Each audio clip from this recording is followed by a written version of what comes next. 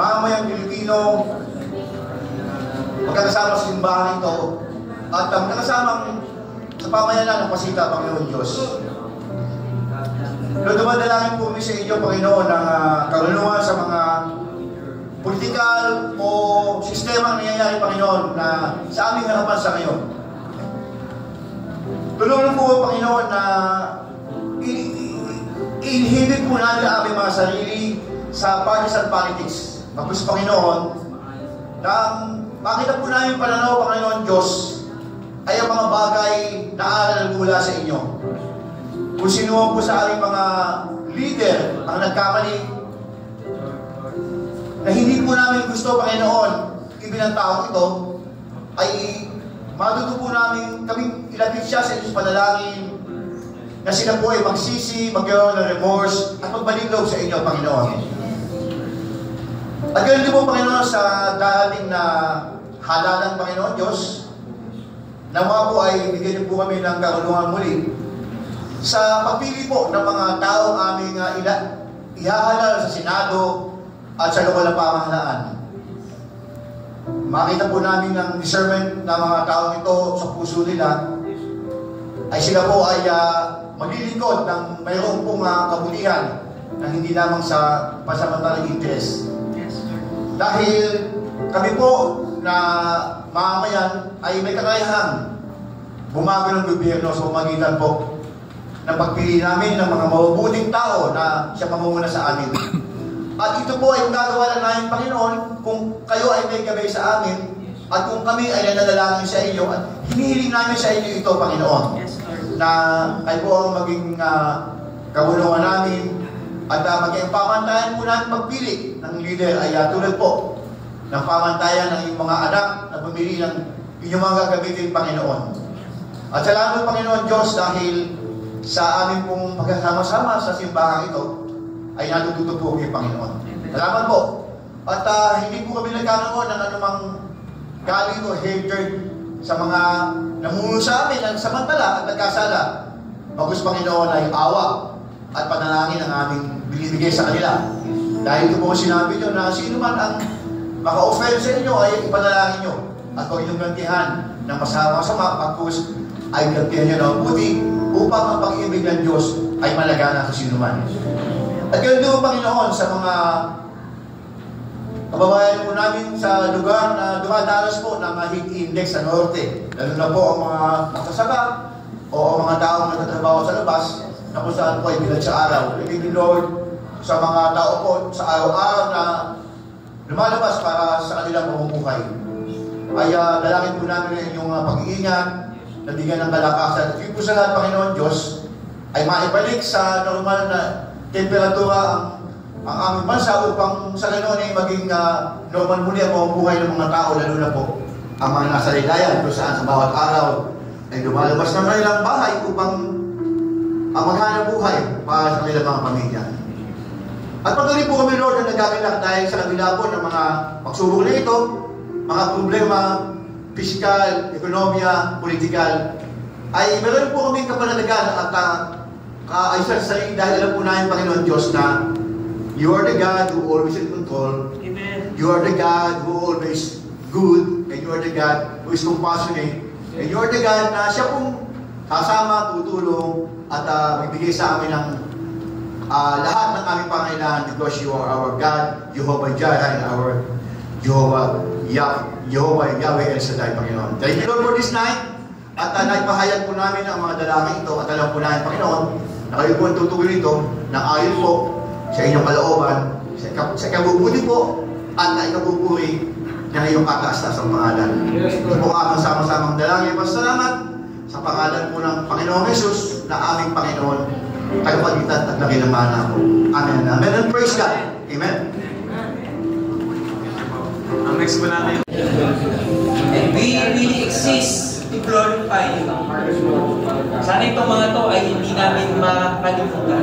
Hayaan nyo ang pamunuan from council, AON, mga ministry heads, LG leaders, magkaroon kami ng pagkakaisa. And all the programs na pwede gawin ng church na ito, nagsisimula na kami sa training about evangelism. At ito talaga ang gusto mo. Hindi kami kanya-kanya. Kundi one mind, one team. Narin na mag-start na rin ng pagturo ng preaching. Dahil nais namin may mga new breed, mga next gen, ang pagsalita na rin. Maging biblical. At ito ang aming nais tahakin.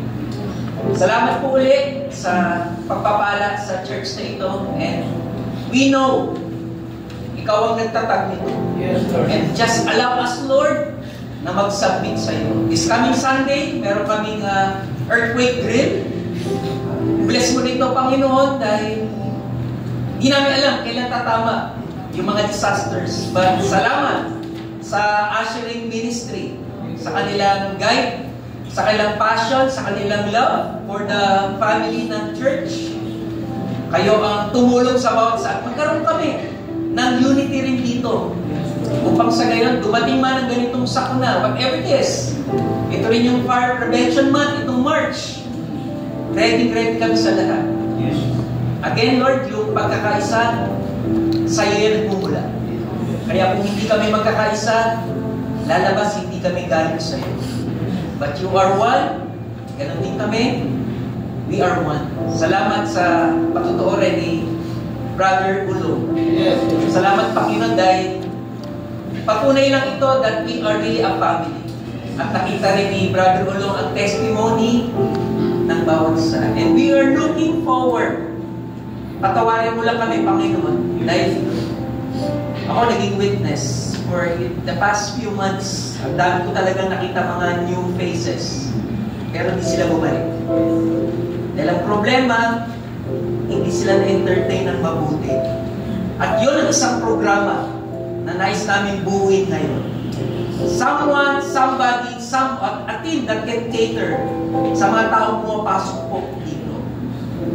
Lord, meron din papasok na mga nais na magpa-member. Narito may mga 21 na youth na magpapabautismo.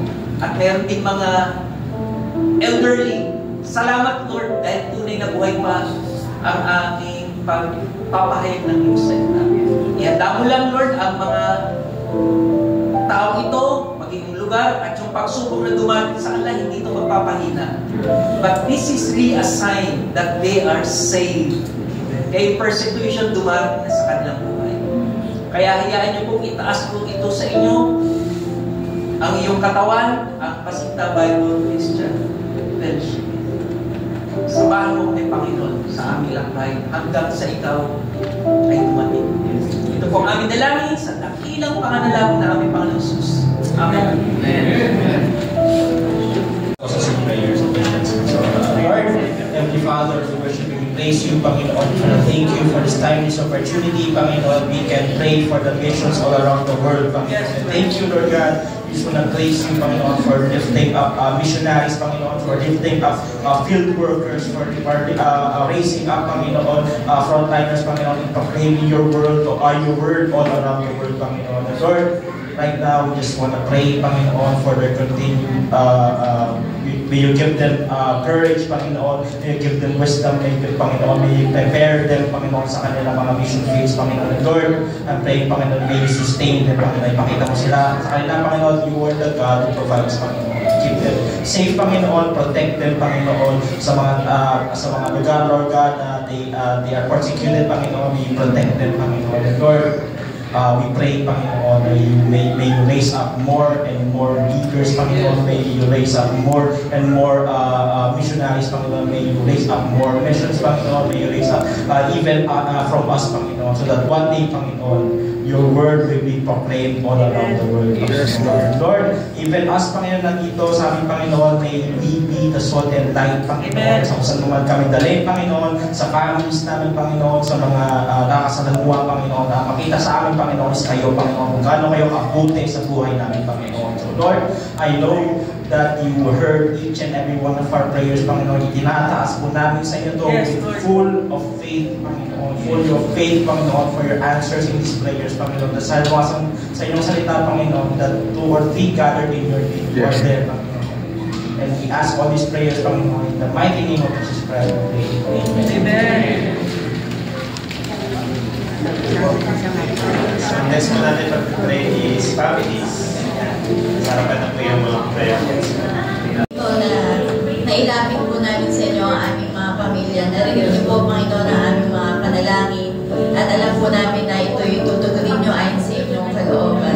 Lord, we pray na bawat pamilya, Panginoon, pangunahan niyo po sa bawat miyembro nito, Panginoon, mga bawat magulang, ang bawat mga anak, Panginoon, na nawa sa buhay ng bawat isa, Panginoon, ay kayo ang may taas, kayo ang mga papurihan. At darating ang panahon, Panginoon, dinadalangin namin na bawat isa, bawat pamilya, Panginoon, ay sama-sama sasamba sa iyo, Panginoon, na kayo lamang ang kanilang Diyos na itataas, kayo lamang, Panginoon, ang kanilang Diyos sa paglilingkuran at pupurihin sa kanilang mga sambahayan, o Panginoon. Dinadalangin po namin ang lahat ng ito at nais po namin ipagkatiwala sa inyo na bawat decisions, Panginoon, sa kanilang family, Panginoon, kayo po nawa ang mamuna, o Panginoon. Alam po namin na hindi maiiwasan ang mga kahirapan, dumarating mga pagsubok sa bawat pamilya, Panginoon. Ngunit dumadalangin kami, Panginoon, na kayo ang tutulong at gayabay sa bawat isa na ma-resolve nila, Panginoon, bawat problema ito, bawat mga conflict na nangyayari sa pamilya, sa kanilang mga families, Panginoon, na sa inyo pa muna, o Panginoon, at ang comfort, Panginoon, at ang joy ang mamayanin, Panginoon, maghari sa buhay ng bawat isa sa bawat pamilya, Panginoon, ng PBCF, Panginoon. Lord, ito pong dalangin namin ng may pasasalamat, at ito pong dinadalangin po namin sa inyo, at pinabalik po namin ang lahat ng papuri. Ito pong nais po namin itaas kayo lamang, Panginoon, sa aming mga buhay. In Jesus' name we pray. Amen. Namin namin, Panginoon. Yung mga may pagkakasakit, Panginoon, cancer man po ito, kung ano man pong mga sakit, Lord God, naniniwala ako, Panginoon, na ginagamit nyo rin po itong mga sakit na ito para po talagang mas magtiwala po sila sa inyo, Panginoon. Lord, naniniwala ako, Lord, na meron kayong dinig sa mga tao na ito, Panginoon. Kaya, Lord God, alam ko, naniniwala ako, Panginoon. Isa ako sa patotoo, Panginoon, na talagang may kagalingan, Lord God. Talagang pinagaling nyo ako, Panginoon. Dahil kung gugustuhin nga po ninyo, Panginoon, na pagalingin na isang tao, Panginoon, ay talagang your will be done, Panginoon. At alam ko, Lord God, sa mga may sakit na ito, Panginoon, kayo ang magpo-provide, Panginoon, para sa kanila. And Lord God, yakapin niyo po sila, Panginoon, every time na sila ay nalulungkot, nahihirapan, Panginoon, dahil sa kanilang kalalagayan, Lord God. And Lord, ipinapanalangin ko, Panginoon, ang kanilang pamilya, Panginoon, na bigyan niyo rin po ng kalakasan sa panahon na talagang sila ay nahihirapan na mag-alaga ng kanilang pamilya na may pagkakasakit, Lord God. Pero Lord, naniniwala ako, Lord God, na talagang sasagutin mo, Panginoon, itong mga panalangin namin sa mga tao na may pagkakasakit na ito, Panginoon. Your will be done, Panginoon, para sa mga tao na ito. Lord God, naniniwala ako, Lord God, na may kagalingan. Maraming salamat po, Panginoon. Ito po ang dalangin namin na may pasasalamat sa matamis na pangalan ni Jesus. Amen.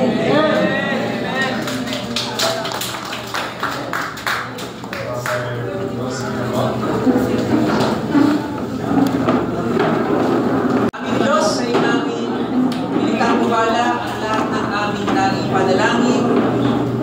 mag-aantay kami sa inyong kasagutan.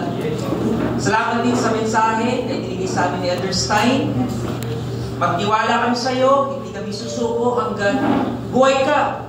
May pag-asa. Alam namin, Panginoon, ikaw rin ang aming Diyos na tagapagligtas. Salamat din po sa aming pagsasaluang pagkain. Pagpalain niyo po ito sa bawat isa upang maging kalusugan, kalakasan ng aming mga katawan, at iingatan niyo rin kami sa aming pong pag-uwi. Ang Diyos na nagbibigay sa atin ng pag-asa ang magkaloob nawa sa inyo ng kagalakan at kapayapaan sa pananalig upang sumagana kayo sa pag-asa sa pamamagitan ng kapangyarihan ng Espiritu Santo. Sumayin nawa ang Diyos na pinagmumulan ng ating kapayapaan. Amen at Amen.